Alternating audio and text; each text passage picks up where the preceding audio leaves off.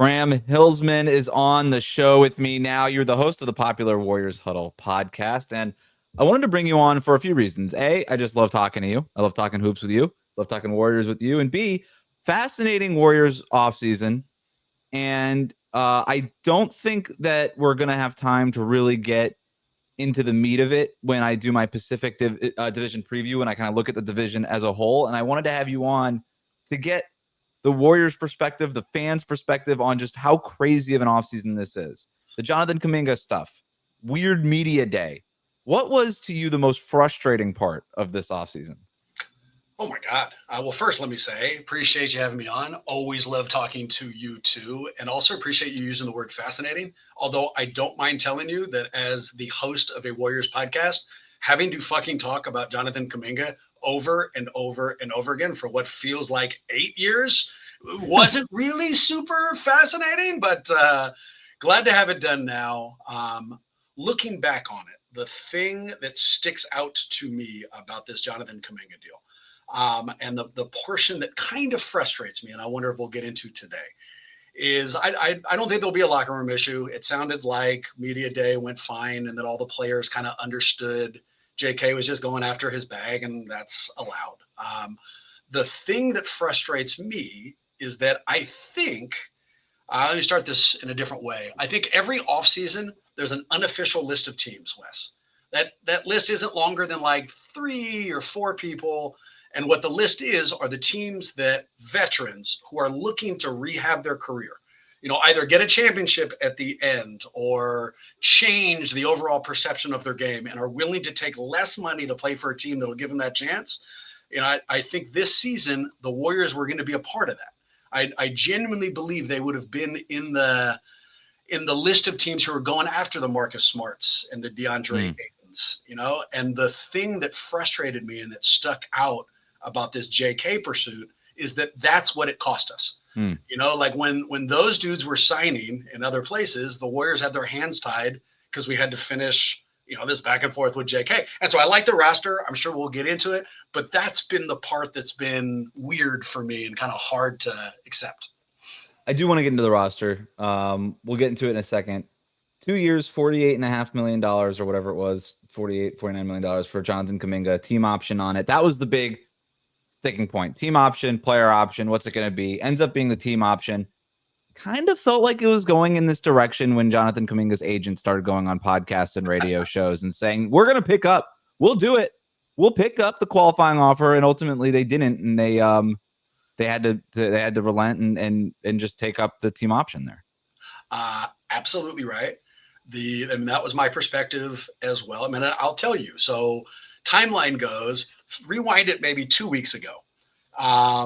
We're speeding towards this deadline. We know that there's an offer out there. JK hasn't responded. We haven't heard anything from Aaron Turner. And right around there is when Cam Thomas signed that qualifying offer in Brooklyn. And when that happened, Wes, I panicked. I was like, oh, it's going to happen. Like, I guess the qualifying offer is a real thing. And like, we may lose this guy. And then when Aaron Turner, the agent, went on 1,000 shows, and every single show, you could almost tell time by him. He would say, and just in case you haven't heard, we'll 100% take that qualifying offer. Every time he said that, I started to believe it less and less, and by the end of it, it's like, okay, you've talked me out of it. I do not think that this is a real deal. And it turns out we were right, because here we are. And not only did he give up the player option, but he didn't take the QO. So I guess it was all bullshit. So he's eligible to get traded in January. And all the reporting around it is, hey, this deal is basically meant to get him through the year on a little bit of a better payment, obviously, a lot better of a payment than the QO. And then we'll figure it out. At that point, we'll figure it out. That said, is there a role for Jonathan Kuminga to play on this Warriors team? I hope so. So let's see. I'll give you a incredibly optimistic take, and then I'll give you perhaps a more realistic take. Optimistic take. I hope. I mean, the one thing I thought the Warriors would not get during the offseason, like if you'd given me a multiple choice and I had to pick one word, like, well, this isn't going to happen. Older wouldn't been the thing I picked. I thought there's no way, and we did. We just welcomed in 39-year-old Al Horford, and so Last year it was important that we have youth and athleticism. This year it's incredibly important. And so I hope optimistically that there's going to be a specific push by Kerr and the entire coaching staff to make sure there is a role for JK and he takes off, so that's my optimistic view. The maybe more realistic, slightly pessimistic, the go-to radio station here in the Bay Area is 95.7 The Game. They're the guys who broadcast the Warrior games. In fact, I think that you were on that channel a few times when you were still covering the Warriors here. Kerr was on there, I think it was about a month ago. And what he said kind of straightforward was, look, lineups that feature JK, Draymond, and Jimmy don't work. They don't really work. And unless Kerr can change his system or figure out a way where those three do work together, I think maybe the biggest value that Kuminga offers to the Warriors as a trade chip. And I think all the parties knew that. That's why that player option meant so much to both the agent and the team. So Jimmy Butler is, to me, the ingredient that pushed Jonathan Kuminga out the door. And maybe we were already going in that direction, but I just don't see, considering that Draymond is in Sharpie, a part of the Golden State Warriors, right? You're not getting rid of Draymond. Okay, you could get away with lineups with Draymond and Kuminga. It's really hard to get away with lineups of Jonathan Kuminga, Draymond Green, and Jimmy Butler. So when you bring Jimmy Butler in, to me, that's the decision of two timelines, schmoosh timelines. We're gonna get Jimmy, who's very much on the Draymond, Steph Curry timeline, and we're gonna kind of end this two timeline facade once and for all. Yeah, and that felt like it could have been a clean break right at that point, and it's not because of everything that's going on here and the restricted free agency part of this too. But I look at it also in this way. I think I agree with Steve Kerr. Obviously, I think you look at the numbers, like it just doesn't work, right? Those lineups don't work. I don't know that they have to play those lineups all the time, because you also look at Jimmy Butler's injury history. He's played over the last 7 seasons 55, 60, 64, 57, 52, 58, and 55 games. This guy misses games. This guy misses 20 to 30 games a year. Now, bringing Kuminga at $20+ million a year to be backup Jimmy Butler isn't ideal, but if you could find bench units to play Kuminga with, figure out a way to stagger the rotations where he's only on the court with one of Jimmy or Draymond, I think he can work with one of them. I don't think he can work with both of them. I think the Al Horford ingredient here is really interesting to see how that opens things up for everybody, including Kuminga potentially. And then just assuming, okay, like Draymond's going to miss time because he's going to either get suspended or hurt. Jimmy's going to miss time because he's going to have these soft tissue injuries that just keep him out during the regular season. Steph at this point is missing time. Like there are going to be times where this Warriors team is going to need somebody to score. And as we saw in the playoffs, like Kuminga can get you points. Now, the other part of that is that the Warriors lost those games. But I don't know. I do think in an optimistic world, there is a place for Kuminga. I don't know. I think you're not only right. I think what you are saying is going to be key to the Warriors season, even as you were saying it, right? So like the people they've added, all the major pieces on this team. In fact, here, let me say it as a rosy Warriors fan. I like this roster, Wes, more than I thought. And as a 16-game roster, I don't think that they're like title favorites, but can I squint and see a contender in, 4 7-game series? Sure. I like the experience. As an 82-game roster, I'm worried. Everyone they added, Horford's 39. D'Anthony Melton, if we say his name 3 times fast, his ACL snaps. Steph is getting older.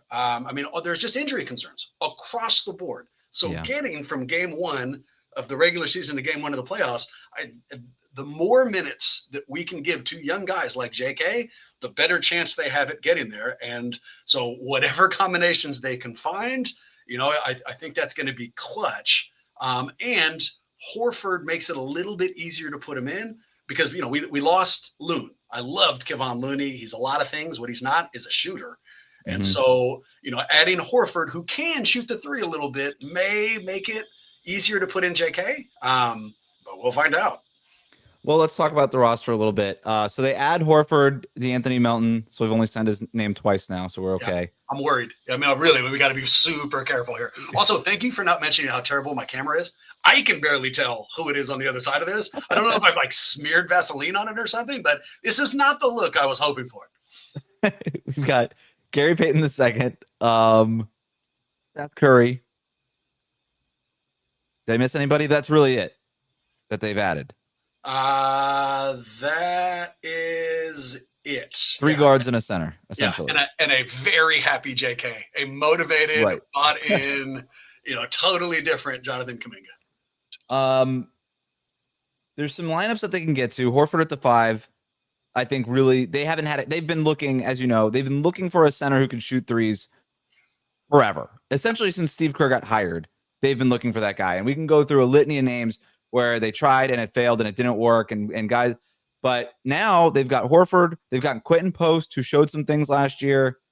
There's some lineups that they can get to. These guys feel even more essential than they ever have, where Steve Kerr, I think, was always looking for a 5 who could shoot threes, because I think with like Durant and Steph and Clay, he was almost like, could we literally just break basketball and just see how far we could push this? Now it feels like we need this. Yeah. We need this to make the lineups work.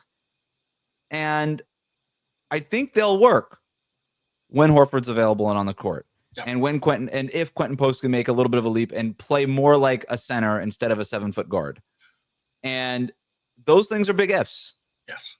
And I think that's why you say when you squint and you can kind of see the outline of a team that can be a contender. I think that might be what you mean there. That's exactly what I mean. I mean, what you'll hear if you talk to a Warriors fan who is stat forward and they're looking to talk you into the roster, what they'll tell you is that after we added Jimmy Butler, they went 23-7 down the stretch. They were the number 1 defensive team in the NBA, number 8 on offense, all of the type of numbers you'd like to see. And they added to that, and so we're ready to go. If you're looking for someone who's a little bit more jaded, and I happen to be both, I mean, all of those numbers are true, but the other portion of that is that the Warriors playoff season started with 2 months left in the regular season. Mm-hmm. The reason they went 23-7 is because they were desperate by the time they added Jimmy. Yeah. And I can tell you now, I mean, I think that it's not a secret that they do not want to have to play with that kind of urgency again. You can't have playoffs that last that long. And so there's reasons to think, okay, I can see it. I can see who they are, but there's also, causes for concern. I mean, we'll see where this thing goes there. And then, we haven't even mentioned it. The West is so loaded, Wes. And so, I mean, I think we got better, but I think that multiple teams around us also got better. Mm-hmm. And I'm not sure how we fit in there. Do you mind if I ask you a question, man? Because I was worried about it. So one of the things we talked about on the huddle was, what do we expect out of Jimmy Butler on media day?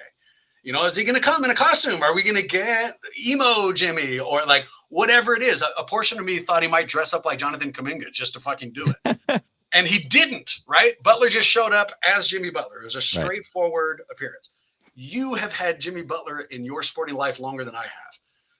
Good thing. Like, what does that mean? Like, should I be excited? Does that mean he's locked in? Does that mean he's bored? Like, what's going on? Is there anything I can pull out of that? It means, I think it's a good thing. It means that he's not trying to do something that separates himself from the rest of the group. Okay. And I felt like for a couple of years there, Jimmy Butler was very much separated from the rest of the group in Miami to the point where he demanded a trade in the middle of the year. But it led to that. And I'm not saying because he had the dreadlocks, the emo Jimmy look or whatever is ultimately why he got to the trade. But if I was going to psychoanalyze somebody at the risk of doing it wrong, which I probably am, that's probably what was going on a little bit there. But look, Jimmy Butler, the first 2 years in Miami, like everything he said was straight out of the Heat Culture Handbook. Yeah. Like every buzzword, just in every single sentence, he was just exactly what you wanted to hear. He was basically reading Pat Riley's book verbatim to the media. And it was like, this guy gets it. He's so perfect Heat guy, all these things. And then by the end of it, it's soured, as it always does with Jimmy Butler. For the record, I don't think the Warriors have any illusions of how the Jimmy Butler experience ends. They're very aware of his history. But they're also aware that part of that history, too, is Jimmy giving I think an honest effort the first couple of years to fit in and not fit out. And I think that's the part of Jimmy Butler that when you get that, you can potentially get something very special. The flip side of that is he's older, injury history is what it is, but he looked really good when he was on the court for the Warriors. I can tell you that the only time I came close to being genuinely concerned about the Kuminga thing, because I thought that it would ultimately work itself out. But about, I don't know, last week, sometime late last week, there was reports that Jimmy Butler was starting to be like, wait, what's happening? And that maybe he was calling the team. The second that happened, I started panicking. It's like, we just whatever, pay Kuminga whatever the fuck he wants so that Jimmy doesn't start getting upset and this rift begins now. I thought that was, we're all waiting. I forget who reported it, and I don't want to throw anybody under the bus because I'm sure it was true. I do think it was overstated in the way that it got reacted to. Yeah. Because I think the really important part that got unsaid in all of that is that Jimmy Butler and Mike Dunleavy Jr. were literally teammates. Yeah. And they are like bros. So when Jimmy Butler calls Mike Dunleavy Jr. and it's like, what's going on with Kuminga? It's not like he's calling Bob Myers and saying, what's going on with Kuminga? Let me get involved. He's calling his old teammate.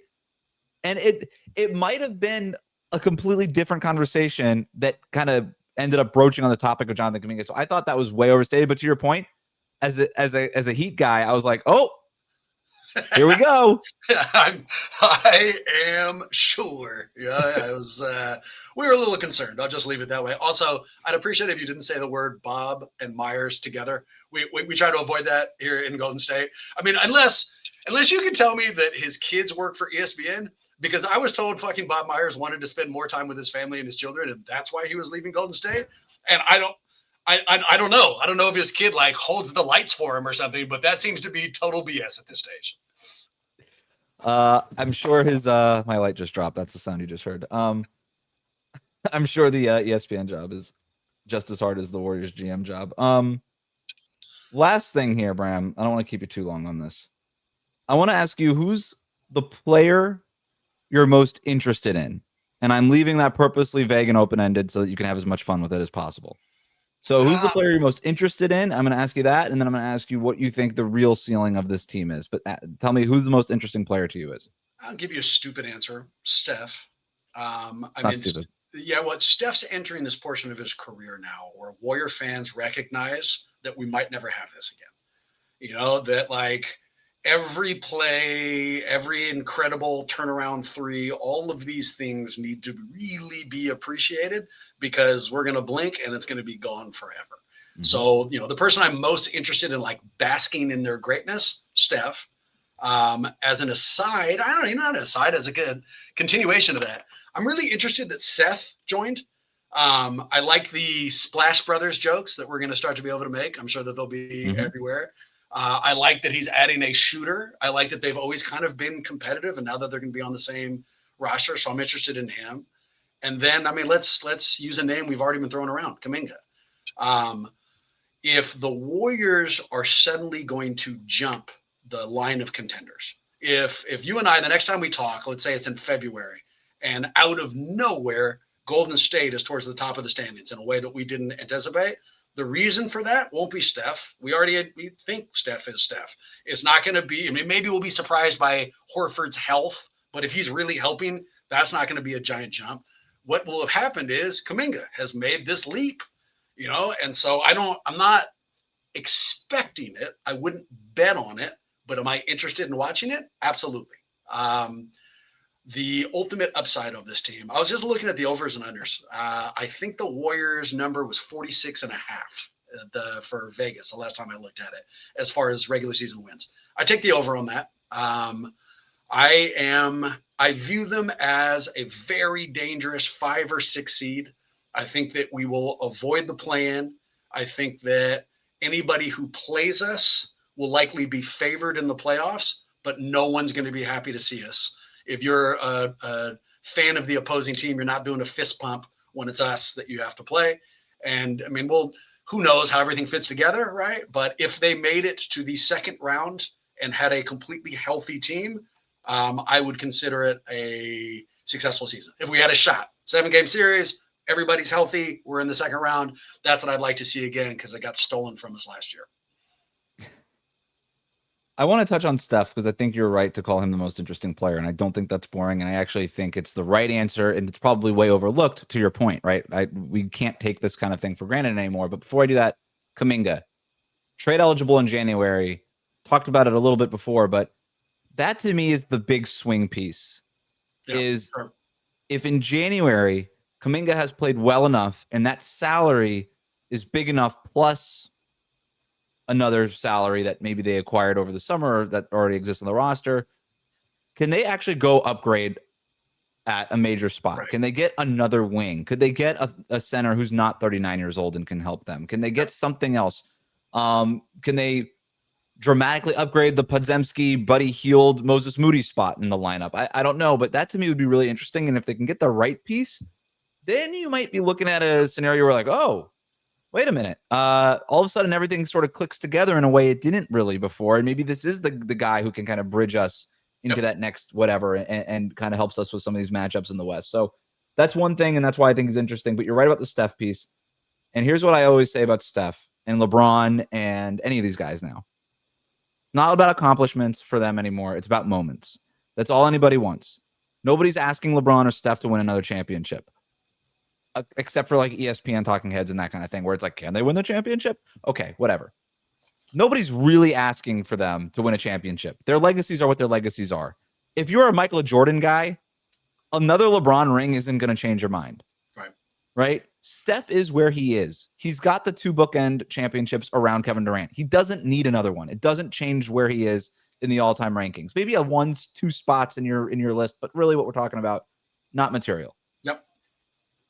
The only thing anybody wants from these guys anymore, be competitive, get in the playoffs, don't get swept. Give me a moment. LeBron, those moments in the playoffs where you look like you're 28 again and it's just crazy, that's what we want. Steph, the turnaround threes, the shimmy, the nights. Just give me one. Just give me one. I just need one of those and I can go to bed happy, right? Yes. And that's all it is. That's all it is. And that's why he's the most interesting guy, because you're absolutely right. We can't take it for granted. And I'm rooting for those moments constantly. Yeah. And I mean, a reminder to anyone listening, because we do tend to get used to excellence in a sporting setting, especially someone who's kept up the excellence for as long as people like LeBron and Steph has. It's not going to last forever. We can already see kind of the end. And so just make sure, tune in occasionally, soak it up while you can. I hate to admit this, but I'm old enough to have watched Jordan when he was still actively playing. And I can tell you that, I mean, I guess I was probably too young to really appreciate it, but you didn't, in like 95, 96, like as he was accumulating all of this greatness, I did take it for granted. I wasn't considering that I was watching history. And when he retired, it seemed abrupt. I wanted another like 2 months to be like, no, wait a minute. I'm supposed to like really sit in this and enjoy it. And so I am doing now what I wish someone had done for me for Jordan. Like this is the bat signal. Get out there, appreciate this, because it's going to be gone. And when it is, nobody else is going to do what he's been doing. Thanks so much for jumping on, man. Appreciate it. Missed you.